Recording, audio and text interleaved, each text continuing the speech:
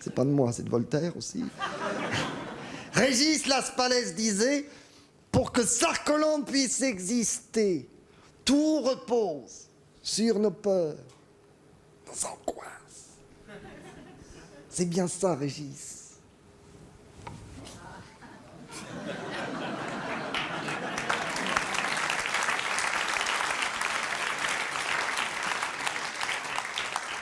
Ouais. Moi, j'aime bien Sarcolande. Nicolas Sarkozy, il y en a qui ont voulu essayer. Ils ont eu des problèmes. Cela dit, c'est vous qui votez.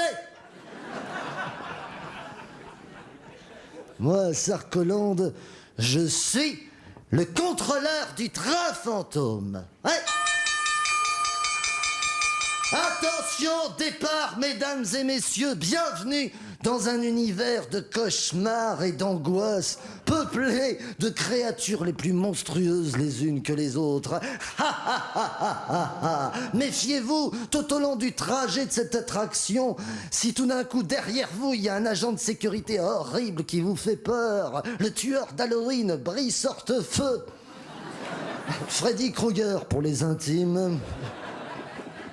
À votre droite, vous avez aussi l'innommable Cruella Dazzi. Elle est capable du pire. Déjà, rien que petit déjeuner, elle peut manger des avocats sans vinaigrette. Puis on a aussi la femme citrouille. La femme citrouille, c'est la petite vieille en tailleur dans le fond, Christine Lagarde. Oui, c'est-à-dire qu'on l'appelle comme ça parce que manifestement, elle a dû tomber dans un pot d'autobronzant dès la naissance. Ce qui explique sa couleur orange aujourd'hui. La femme citrouille. Sur la gauche, vous avez aussi les morts vivants.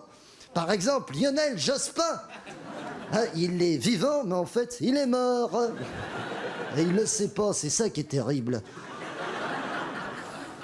Et puis bon, si jamais dans le train fantôme, les lumières s'éteignent, méfiez-vous de Dracula qui rôde. Laurent Fabius. Le vampire de la politique.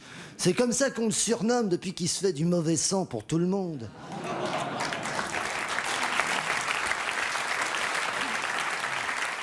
Ne l'oublions pas, il est capable d'abord d'hypnotiser ses victimes avec des discours chiants.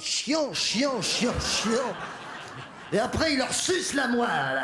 Et en plus, il est immortel. Ah ouais, à chaque fois que tu crois qu'il meurt à une élection, il revient t'emmerder à la suivante.